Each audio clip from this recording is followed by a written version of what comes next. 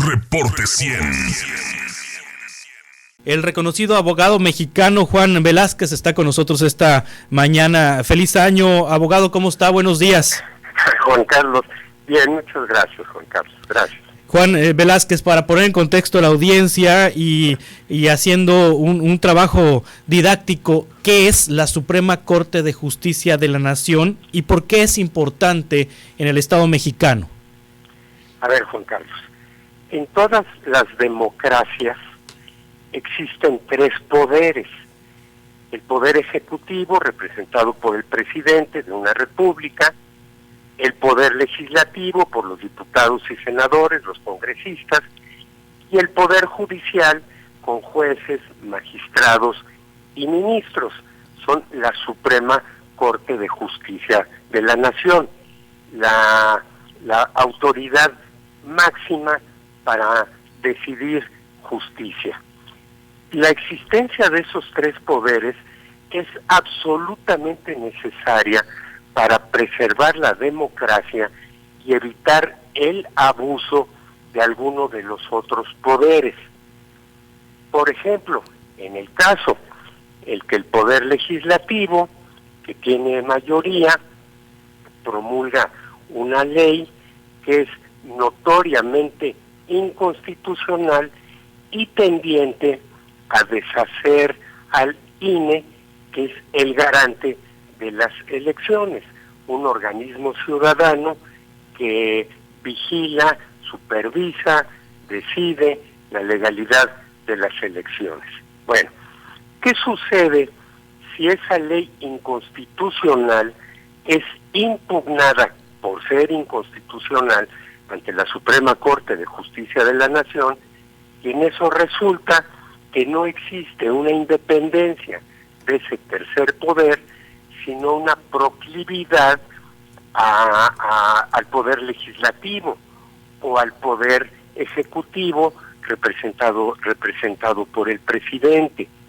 La Suprema Corte implica la garantía para todos nosotros, los ciudadanos, de que la Constitución se va a preservar en contra de actos y leyes inconstitucionales. Sí, en ese sentido, Juan Velázquez, la ministra Piña, Norma Lucía Piña, ¿garantiza esa independencia que requiere el Poder Judicial, este poder? Absolutamente. Es una funcionaria de más de 35 años de carrera judicial, quiere decir, empezó desde más bajo peldaño de la Administración de Justicia, por méritos propios fue ascendiendo hasta llegar al grado máximo de ser ministra, y para que ahora sea la presidenta. Una presidenta que se atiene a dictar fallos constitucionales que precisamente preservan la vigencia de la Constitución. Me parece que la designación de la ministra haya sido lo mejor que le pudo pasar a la Suprema Corte y al país. Primero, porque es una mujer, y entonces se quita el argumento de que ya no se designa a mujeres por misoginia, porque es un órgano de puros hombres, machos. No, ya llegó una mujer. Sí. Y luego, además, porque se designa a una persona que tiene una carrera judicial impecable y que entonces no respondería, según los dichos, a la mafia del poder. Sí, desde el 15 de marzo de 1825 que fue fundada la Suprema Corte de Justicia de la Nación, nunca había sido presidida por una mujer. ¿Por qué tardamos tantos años en México para que llegara una mujer a la titularidad de este poder, Juan Velázquez?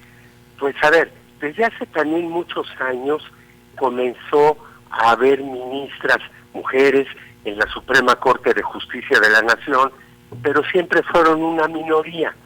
Ahora, aunque son una minoría, porque de 11 ministros son 4, es cuando más mujeres hay en la Corte. Sí. ¿Por qué ahora fue que se eligió una mujer? porque aparte de ser mujer, me parece que aunque todos los ministros tienen una calidad excepcional, dentro de esa excepcionalidad, la ministra Piña destaca. Sí, ¿es una ministra progresista? Sí, porque muchos de sus fallos han sido a favor, por ejemplo, de las mujeres, del uso lúdico de la marihuana, de cuestiones muy controvertidas, pero en las que ella ha dado una directriz.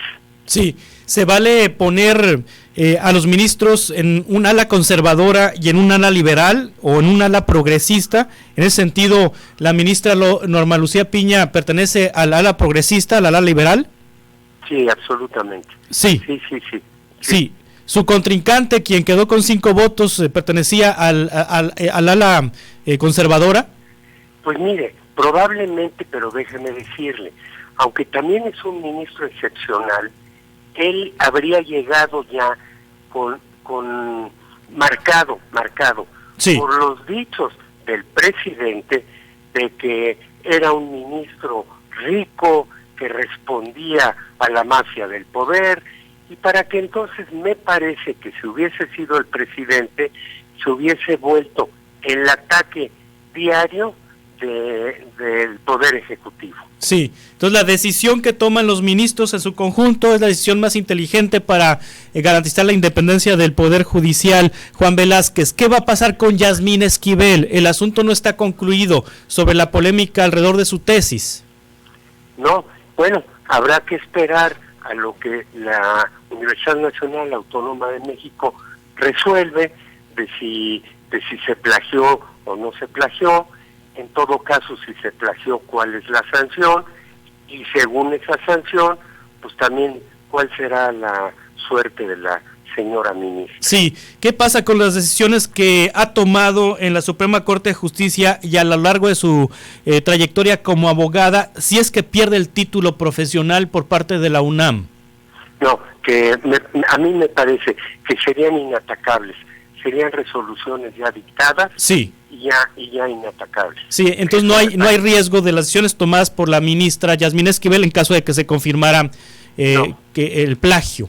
No, indudablemente habría muchos que las impugnarían, los que se sintieran afectados, pero a mí me parece que esas impugnaciones, por muchos motivos legales, no prosperarían. Sí, prácticamente es unánime las voces y las voces que han apoyado esta decisión de la Suprema Corte de Justicia, las voces de la oposición, del sector empresarial, de las organizaciones civiles, también del propio gobierno que ha respaldado a la ministra Norma Piña. ¿Significa que los contrapesos están funcionando en nuestro país, Juan Velázquez?